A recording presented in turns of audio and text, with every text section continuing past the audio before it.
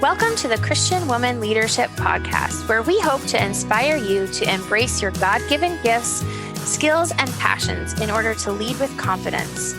We want you to remember that you are fearfully and wonderfully made in the image of God, and you are fully loved by Him. You have been designed on purpose by God with unique gifts and passions in order to love and lead those around you. I'm your host, Esther Littlefield, a pastor's wife, business owner, mom, and writer. And I'm Esther's co-host, Holly Kane. I'm a wife, mom, and business owner. I also write at hollykane.org, where I focus on my passion for women's ministry. Together, we chat about important issues that Christian women leaders face. In addition, we interview other women just like you who lead in various roles, from church to community to business. Through this podcast, we offer you encouragement, tools, and resources to help you on your leadership journey. We are so glad you're here with us. Hey friend, welcome to episode 201 of the Christian Woman Leadership Podcast. I'm your host, Esther Littlefield, and I am so glad that you have taken the time today to listen to this episode. What does it take to build a team that can help you run a ministry or business? And how can you host an event that is effective and aligns with the vision of your church, ministry, or business? In today's conversation, you will hear Holly and I chat with our friend, Angie Likens. Angie is the founder of Proclaim Truth, which hosts a large annual conference and provides ongoing training and resources for women who want to confidently and effectively study their Bible, grow in their relationship with Christ, and make disciples in their homes, churches, and communities. Angie shares about her leadership journey and how she started Proclaim Truth, as well as how she makes decisions in her business. She also shares how she responds to all the big ideas and suggestions from other people who have ideas on how she should run her event or her business. If you have ever put on an event, you probably know what that is about. Finally, Angie shares why she believes we need to remove pride in order to lead effectively. I know you're going to love this conversation with Angie. Before we dive in, though, I want to share our sponsor for this episode. Today's sponsor is my Uplift Mentor Mind, which Angie happens to be a part of, and I think we reference in this conversation. Uplift is a program designed exclusively for Christian women who are building a business online and who are ready to thrive, who want to streamline their marketing and hit their financial goals without losing their soul. Most of the members of Uplift come into the program when they have consistent revenue, but they are really ready to get their business to a place of thriving, where they are loving the work they are doing, where they have a marketing strategy that's working, where they have a community of other Christian women cheering them on, and they have the resource of a coach and mentor to support them along the way.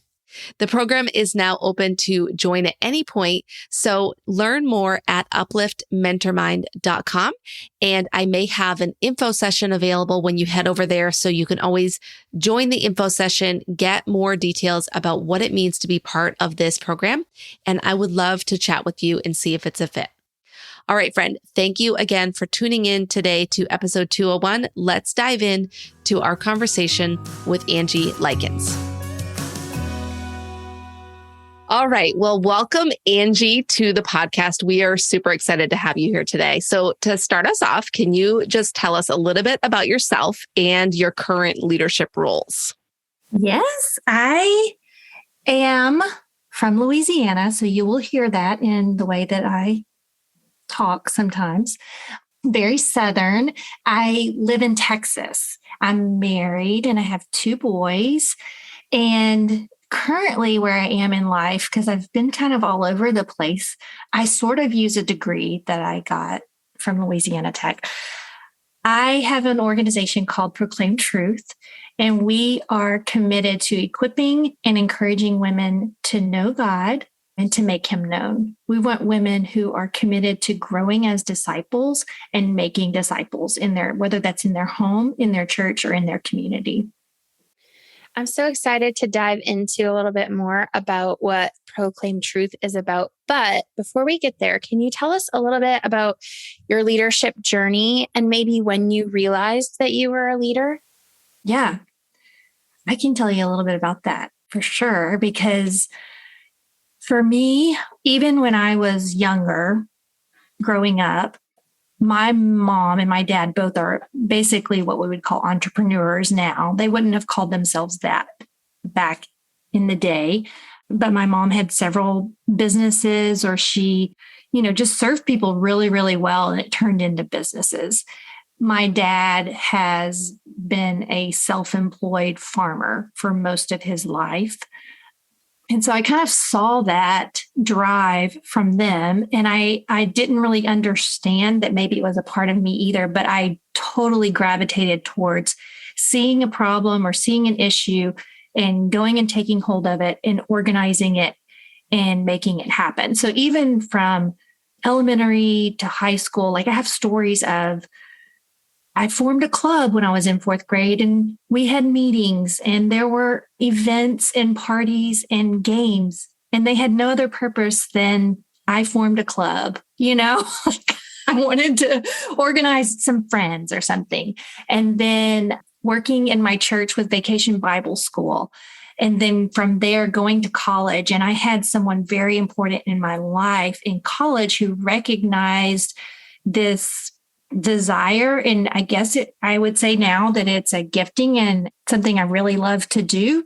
But at the time, I just saw it as I had the gift of hospitality, I thought, and so I was in charge of a lot of events in college, fundraisers and things like that. And then from there, working in high school camping ministry for about 8 years.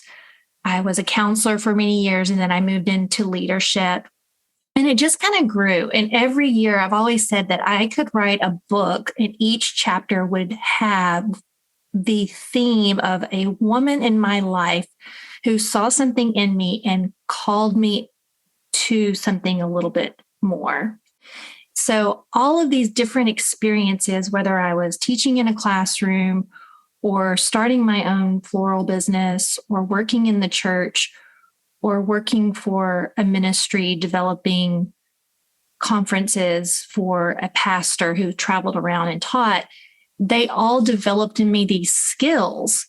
And I didn't know how they were all going to come together until I was in my 40s, and I saw this need of women in small to medium-sized churches. Really, I go to a very large, what we call a mega church personally, but the resources I have available, women in smaller to medium-sized churches do not have these resources available. And so I saw that need and wanted to see women be resourced and encouraged.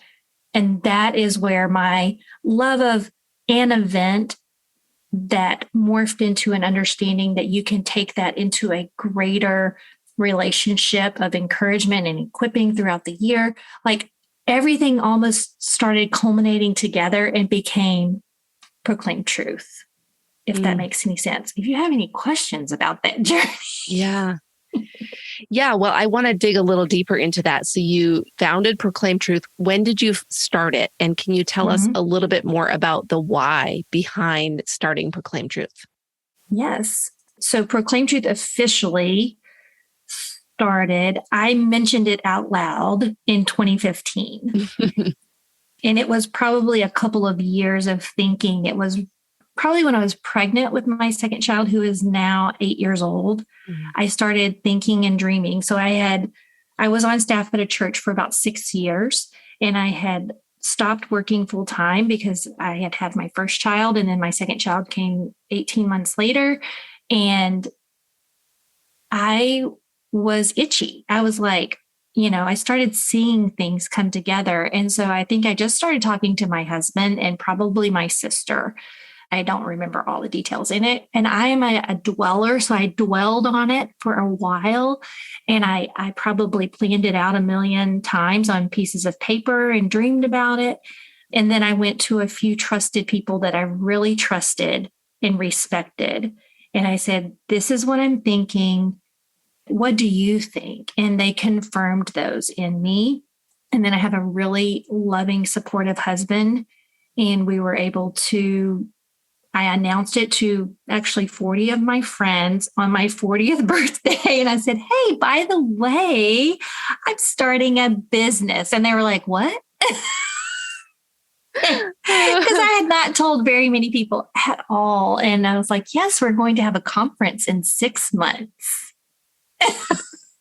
So it wasn't unlikely for me to have a conference in 6 months because I was in charge of 10 conferences a year for 5 years.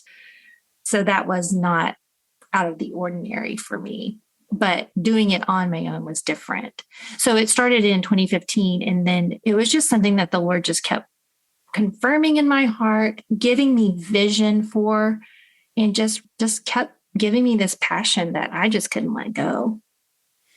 I'm so glad that you shared it in the way that you did, because I love it that you said the first time I said it was 2015, because I think that for so many of us, we have these dreams or these things that are planted in our heart and we hang on to them and we kind of ruminate on them before we get the courage enough to actually speak it out. And we're only going to do that to those, like you said, those few trusted people, your husband, your sister. And then we kind of test the waters. And I think from the outside, we kind of look and we go, oh, well, Angie just had this idea and she just started this business and off it went. And it was amazing right from the beginning. And I think it's so true that so many of us have these dreams and we kind of hang on to them for a while and we kind of cherish them and like play with them a little bit in our minds. And then once we get the courage and more comfortable, we start to tell people. And I just think it's so important that you told your story that way, because I think that there's a lot of people that are in that stage that are like, is this ever going to turn into anything? And you know, if we follow the Lord's leading and his guidance and whatnot, and it's truly in his will, then it will turn into something, but it takes us having those small steps of courage along the way. And so I'm just so glad that you shared it that way, because I think that from the outside, we sometimes think it's just boom, and then it's done. And that's so not how it usually goes. So yes. And I have never wanted anyone to think that. People who have talked to me have said, you're so brave. You just started a conference. You just started a business. And I'm like, well, that's what you see, but you don't know the years of dreaming and planning that went into this for me. Yeah. And I think it wasn't even 2015 when I said it, that it all came together. I really think, I really can trace it back and go, I can see how the Lord gave me opportunities to experiment with these skills from, the age of 9. Yeah. And it does, I wouldn't say, oh, I'm so brave. I'm so smart. That's not what it is. Like, I am learning every day. This is how God's created me. This is how God's created someone else. And I'm so glad that we are all gifted in different ways. Yeah. That actually kind of segues really well into the next thing that we want to talk about. So on your website, you have your values for proclaim truth listed. Sorry. And I'm wondering if you could share how your values have helped inform your decision-making as you've grown as a business and ministry. And I think that really segues, because as we learn about ourselves and our gifting, I think that's to some extent part of how our values are formed and what we know our strengths and weaknesses are. And so I'd love to know how your values have helped you make decisions for Proclaim Truth. That's a great question, because I think values are really important. As I'm looking at the values of Proclaim Truth, and I haven't changed them from the beginning, which I think I even consider it I'm curious. I'm like, so I think about that whenever we redo our website or something like that. I always look and I go, have our values changed? Do we, like in business, you're like, should I, reevaluate? And I look at these and I go, no, they're the same. From the very beginning, these values of truth, we are guided by truth in Scripture. That is what Proclaim Truth is guided by. Everything, no matter if I really love going to trusted people. That's why I walk with Esther. That's why I walk with the people I walk with in my life. I just really appreciate having that confirmation And I think that we were not created to be autonomous and alone. We are created to be in community. And so, yes, those trusted people are walking in truth as well. So I'm very careful to make sure that they are even walking in what I value, which is truth. The value of multiplication. I know that we were created to make disciples. As believers in Christ, this is what we've been called to do, is to glorify and reflect God. So multiplication is the way that I describe that in our values, that we are faithful disciples. So we are always learning and growing, always.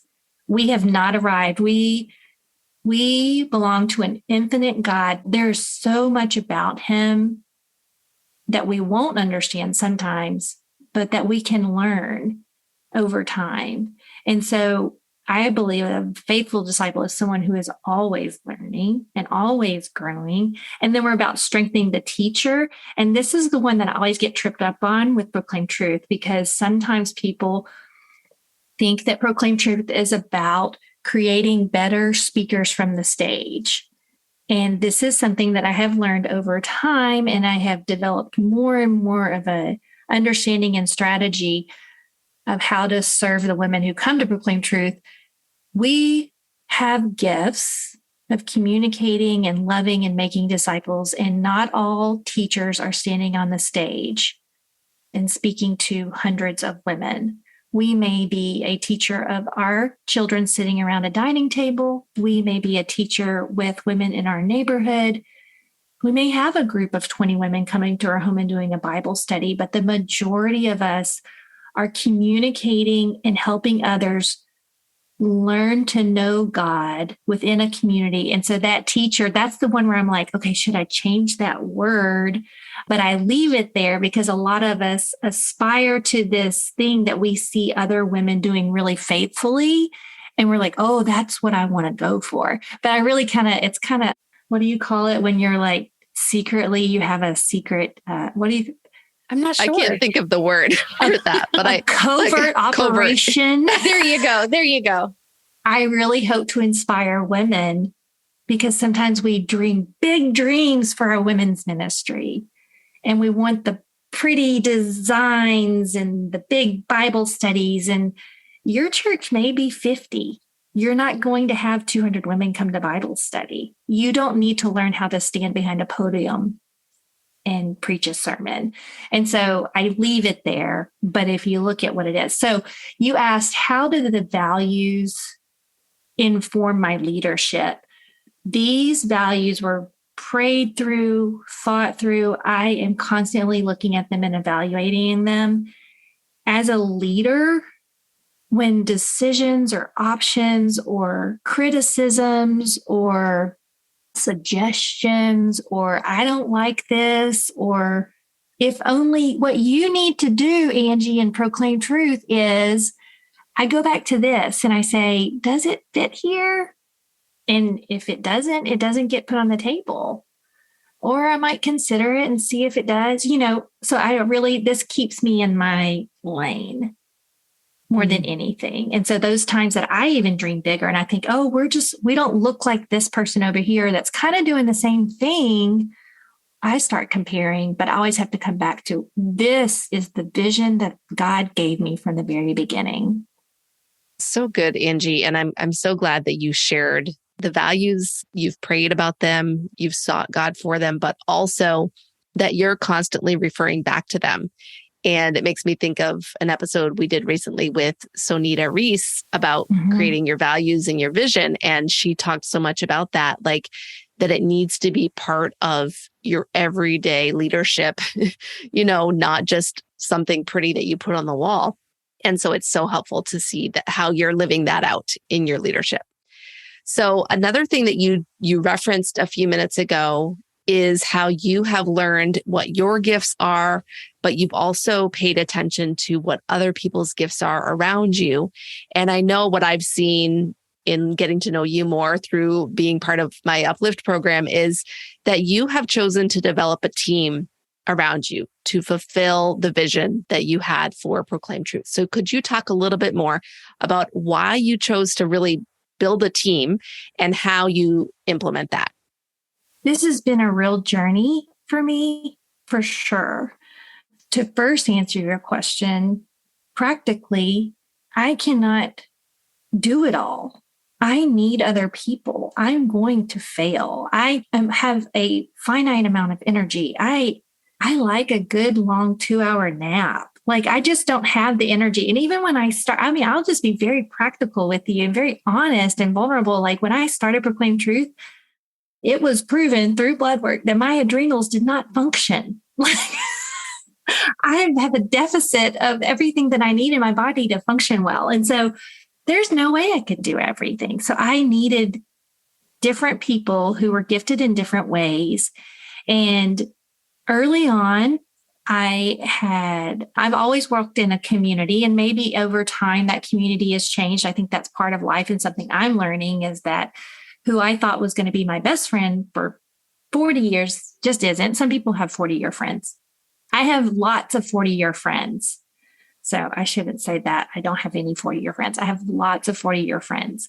The people who were in my life when I first started Proclaim Truth, even I can remember one of my sweet dear friends. She was in a time in life when her child was really, they were going some really hard medical things with their daughter. And she came to my first Proclaim Truth, and she just came for a day just because she needed just a break from home. And she didn't really know what was happening in Proclaim Truth. And then I had another friend who had just lost her dad earlier in the year. And so my first Proclaim Truth, I didn't know how I was going to get it done. It just so happened that Julie is very gifted in organizing and hospitality. She's been the president of the PTA, and she had just lost her dad. And I thought she had to grieve for a time. And it was at just the right time that I was able to say, this is what I need. And she said, you know what? I think it's time for me to do something, and I can handle that. So she stepped into a role that we needed our first year. And then my sweet friend, Natasha, who's really a gifted, beautiful designer, was just coming to observe. And it turned out that a couple years later, she ended up taking over our social media. And you can see a split between when I was doing social media and when Natasha took over social media. It became beautiful. And there was a season and a time that she was able to do that.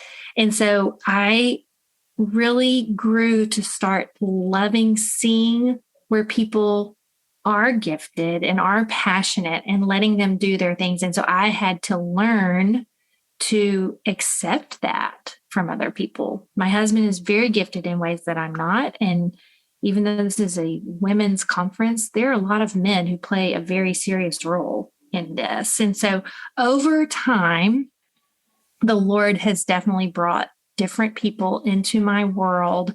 And the people who were here in the first couple of years, maybe they have different seasons of life and they've had to move on, but God has always provided the right people and the right seat on the bus, so to say. And then as Proclaim Truth has grown from 145 at a conference to 1,000 women at a conference and a year-long online learning program where we're talking about theology and growing and multiplying. And yeah, the team has had to grow with the organization.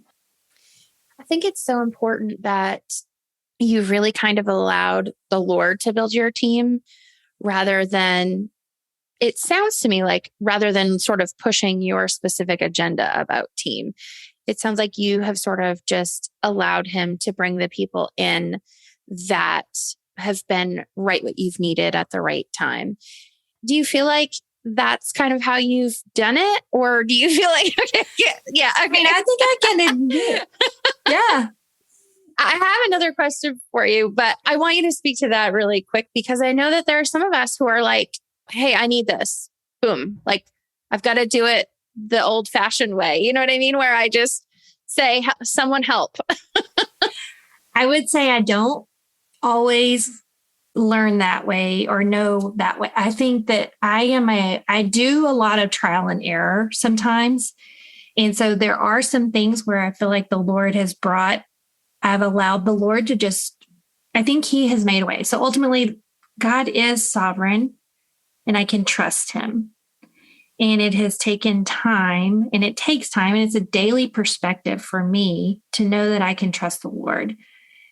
Do I get in the way and try to push what I think is best? every day. Every day. And then when it gets uncomfortable, it's a red flag. And I'm like, hey, you're not trusting the Lord. Your perspective is off and you think you can control this. And you've made an idol of success or, whatever it is. There's a myriad of things that happen in that thought process. And in talking with people and walking with people who are wiser than me and that know me really well. Mm-hmm. So I think yes, the Lord has ultimately will bring in people and has filled roles and places that I didn't even really know I needed. And there have been places where I've tried to force things and I've waited too long. But ultimately, I still can trust the Lord and know that He has really taught me a lot over the last 6 or 7, 8 years. It's crazy because I think I've said 5 years for the last 8 years, but it's been 8 years now.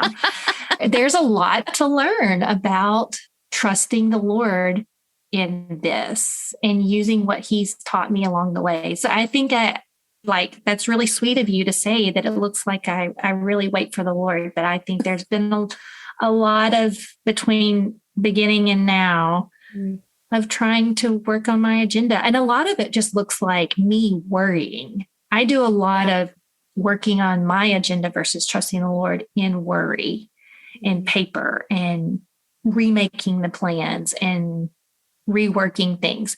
So going back to the values, I probably could have reworked the values a million times, but I knew better than to do that. So I reworked other things.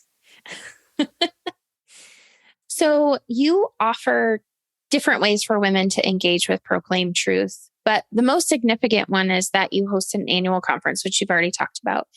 And I'm sure there are women listening who have hosted events, whether it's big or small or medium size at their church or something on a bigger scale like you do. And I'm wondering if you would be willing to share any tips or recommendations for hosting an effective women's event.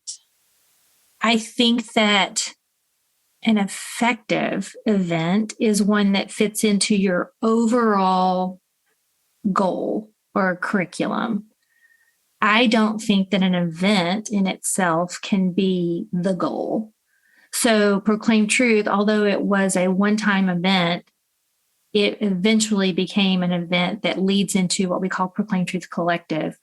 And it's just part of what we hope puts women on the path. And that doesn't mean that it's the Proclaim Truth path. It's just, I just see it as a vision that God gave us that we are on a path to help women grow as disciples and disciple makers. There's a lot of ways they can do that. So events, I think, can be a way to engage a community and kind of get the ball rolling. And so one of the things that an example that I've actually grabbed hold of from someone else that used it many, many, many years ago, and it has to do with a mango, and her daughter didn't like mango and the rest of the family loved the mango, and she just would not taste the mango, and they just thought she was missing out. And so one of her children took the mango pit and she said, just lick it, just lick the mango.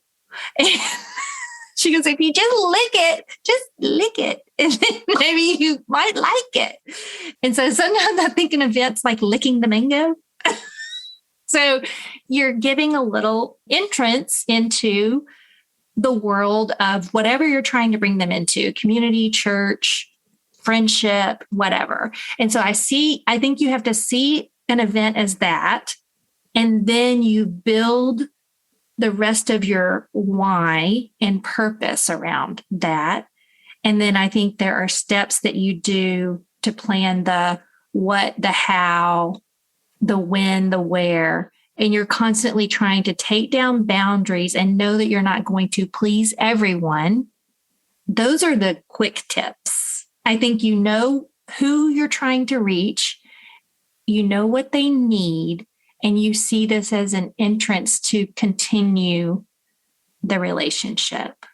Does that help?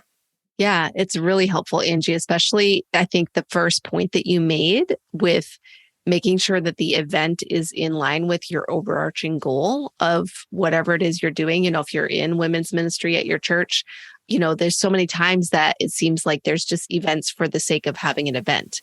And that isn't really going to be effective, like you said, unless it's in line with where you're taking the women of your church or of your organization or whatever it might be. So yeah, I think that was really helpful. I have kind of a follow-up to something you said earlier and that you just referenced here. I'm thinking, as you have coordinated this event for several years and you've been leading Proclaim Truth for 8 years, and you've had people that come to you with ideas for how to make it better or how to change something, or, hey, I didn't like that, but maybe you should do this. How do you, as the founder and the leader, respond to those people who have their agenda or their ideas that they think you need to implement? That is a really good question. I think that they come in lots of different ways. Sometimes if they're a really strong opinion and I just don't know what to do with it, I will take it to trusted, like I have an advisory board, and I'll take it to someone that I really trust. This has been brought to my attention. I just want to check myself on this. This is what I think. What do you think? If it's multiple people saying the same thing, I try to pay attention to it to an extent, but I also, at some point, I have to trust that the Lord is giving me a vision for something. Sometimes my kids ask for things that they don't actually need, but they want. So I have to figure out how to work in the sweet with the healthy or whatever. Some of the suggestions that come my way that I actually think about very specifically is when someone comes to the conference and they say, you don't have any workshops on how to make disciples if you're a homeschool mom, or how to make disciples if you in special needs, or certain things of that very specific nature. I appreciate those suggestions, but overall, yes, it is a part of what I want to see happen. I want to see certain specific groups of people minister to well. That is not my area of gifting. There's some expertise that goes into those things, I think, that we cannot address at Proclaim Truth. What we are about addressing at Proclaim Truth is giving you really good grasp on doctrine and biblical theology. And we're slowing it down because I want it to be accessible and I want it to change what you're learning. And I'm not going to present all the doctrines. We're going to talk about one doctrine because our brains cannot take in all the doctrines. That will inform how you homeschool, how you parent, how you teach a Bible study, how you love your neighbors, how you minister to someone with special needs or learning disability, your marriage, all of those things. Knowing who God is and knowing God's word is going to transform that. I might not can get into the niche of things. You might have to go somewhere else. And I'm okay with that because I cannot be all things for all people. So ultimately, that's where I have to come back to. I could morph into a lot of things, but I would only be really good at, I shouldn't say I would only be really good at, that feels prideful, but I can only do what I've been called to do. And I'm okay with telling you, I can't meet your need with that, but here's somebody who can. Yeah. I think that's just such a valuable leadership lesson that anyone listening needs to take to heart, because there are so many times when you're in leadership where other people are going to have ideas for you, and they may not be in line with the vision that God has given you, like you said, or the assignment that He has called you to. I can relate to that in being in church leadership, having a business, lots of different scenarios where that principle that you just talked through would be helpful. So if you missed it, go back and rewind and listen to that, what Angie shared again. So can I also share, as leaders, because I don't do it perfectly, I think I've had to learn this the hard way sometimes, because the opposite of that is seeing all of the things that need to be done and just starting to grasp and trying to do it all. and actually diluting what you've been called to do. And then it becomes a big mess. Yeah. So as leaders, our pride gets in the way and someone comes to us with a need and we think, oh, we should be providing that. We should do that. And then you end up having 15 Bible studies for 50 women or 15 events in 1 month. You know, you just have to, remove your pride in that too. You have to remove that. Yeah. So good. So good. All right. So we wanted to chat with you just for a couple more minutes about Proclaim Truth, specifically around kind of one of the things that you do in Proclaim Truth, which is you focus on helping women make disciples. So I'd love to hear you share what that phrase, make disciples, means to you. So a disciple is someone who is loving and trusting God and growing in that. It's interesting because actually our church is in this discussion and has just put out this formal statement. This is what a disciple is. And making disciples, I think, is all about reflecting God and encouraging others to know God. And so that can look a lot of different ways, whether you're walking one-on-one with someone or you're walking in a group, but you're identifying where that person needs to grow next. What do they need in order to know God, to make disciples, to grow and know God and to keep growing. So if someone is a believer and maybe they're new and they don't know how to read their Bible, maybe that's what you need to do. If I want to make my kid a swimmer, I don't just show them the pool, kind of tell them what the strokes look like and say, y'all jump in and I'll come back and check on you in a little bit. No, I get in the pool with them for at least a summer or two, and I make sure they're strong enough to do it before I just sit on the side. And a lot of times we do that as making disciples. Sometimes we just say, oh, here's a book. Here's the Bible. Here's a big old Bible study. Start answering these questions and you'll grow.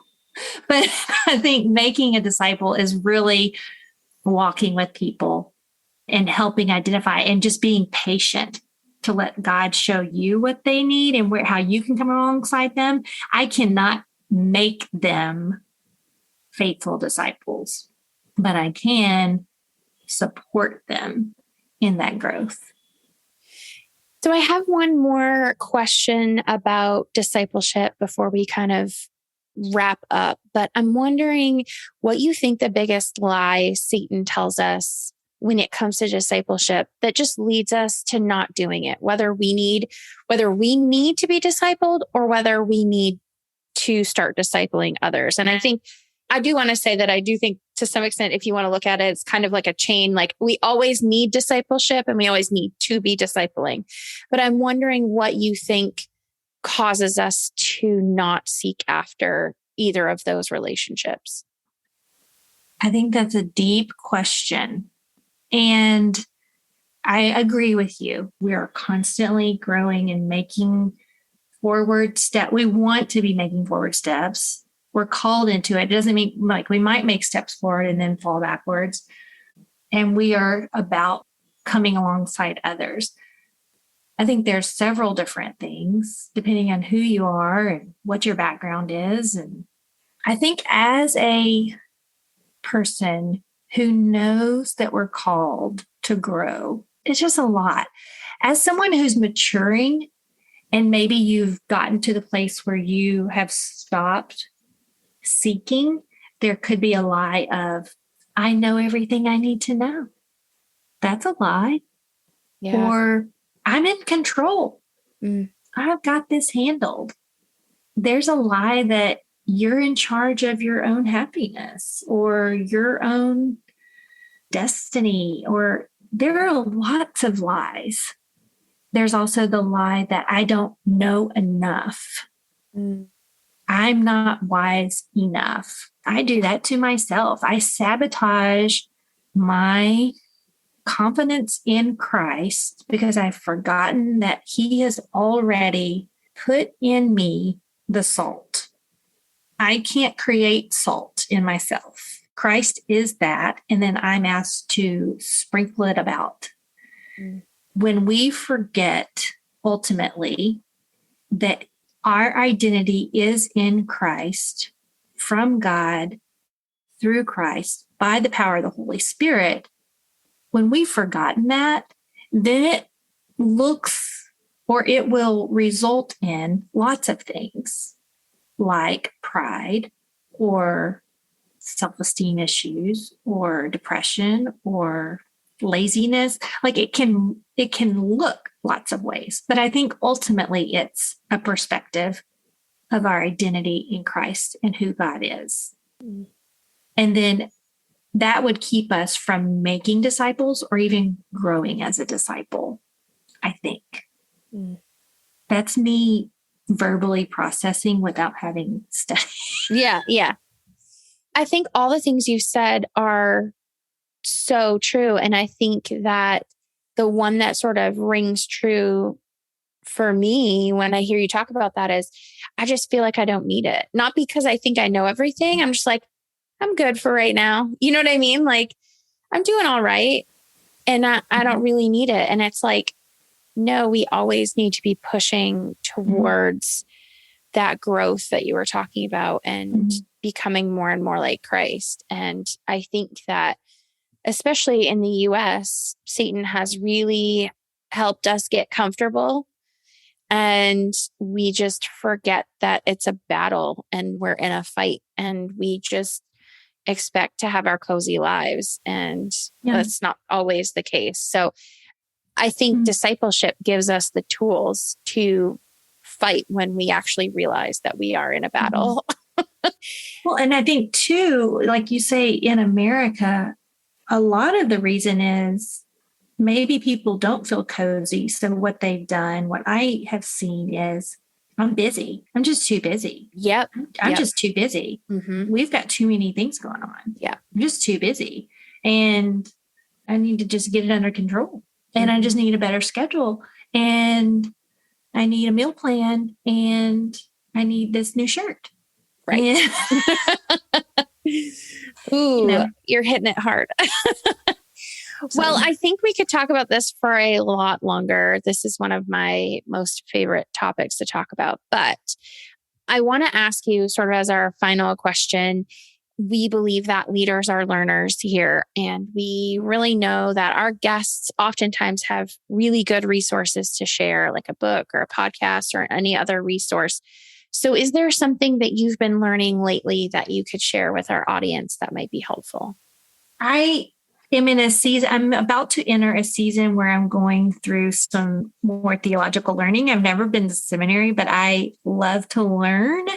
And I like to put myself in positions where I am like held accountable to learning and reading books and things like that. Otherwise, I probably won't do it. So right now, I will say that I am reading a book called The Right Hills to Die On. Ooh. And it is by Gavin Ortland. D.A. Carson has written the foreword. I actually am enjoying it. And I'm not through the whole thing, but it's how to care about the right theological topics. So I'm kind of in a world where everyone really geeks out over Bible knowledge. Sometimes we want to end up fighting for certain positions or thoughts when we've forgotten what's most important sometimes. And that's kind of the base for this book. And then just recently, I just finished reading a book called The Deep Things of God. It's by Fred Sanders. And this book, along with another book that I've read last year or the last couple of years, I've read it a couple times, they are focused on who is God, the Trinity, and how we can sometimes make a hierarchy of the Trinity or not see the Trinity as God is. And so then we either minimize the Spirit or we might hold the Spirit up on a pedestal.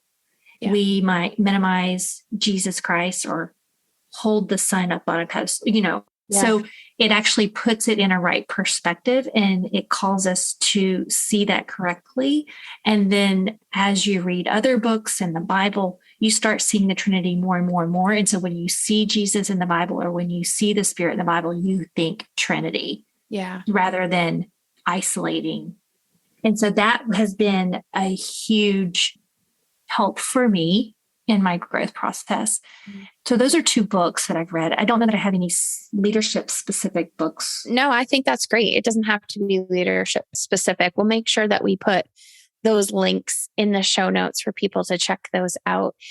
And finally, can you let people know how to connect with you and or Proclaim Truth to just figure out how they might be able to tap into all the resources that you guys have?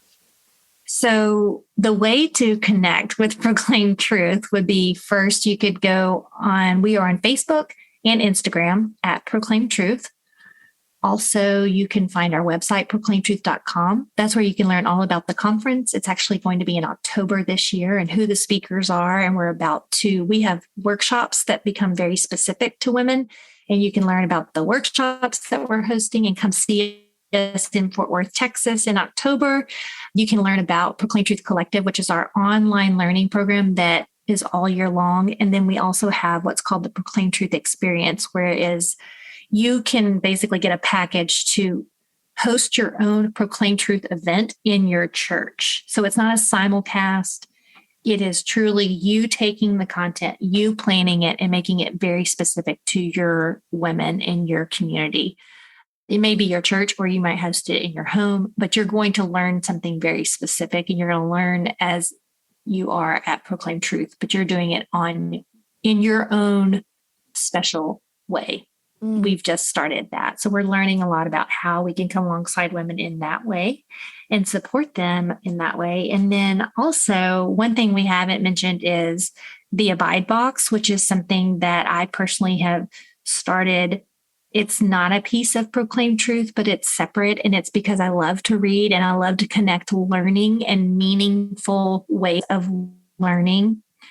And so the Abide Box is a subscription box. It's a monthly subscription box where you'll receive a book every month. And in the box with the book are 3 gifts that are connecting your learning from what you're reading in the book as you're growing as a disciple. It's helping you connect that learning and hopefully will remind you of what you're learning. I love to give gifts. And so it kind of fulfills my fun part, but also I love to learn. So I'm just sharing that with people. And so it's for women who just want to be discipled and grow, and you love to read and learn, and you can be held accountable to it every month. So that is theabidebox.com. Awesome. We'll make sure all those links are in the show notes. I just want to thank you, Angie, for sitting with us and having this wonderful conversation. We really love you, and we're so happy that you took the time out to chat with us. So thank you so much. Thanks for joining us on the Christian Women Leadership Podcast. If you enjoyed this episode, would you consider leaving us a rating and review in your podcast app? This helps more women just like you find the podcast, and it also helps them to know whether the podcast would be a good fit for them. Just go to the show in your podcast app, then scroll down until you see the option for ratings and reviews. From there, you can tap to rate and write a review. It means the world to us when you take a couple minutes to do this, and thank you so much to everyone who has left a review. Now, don't forget, your leadership matters, and it's time for you to embrace your gifts and lead with confidence.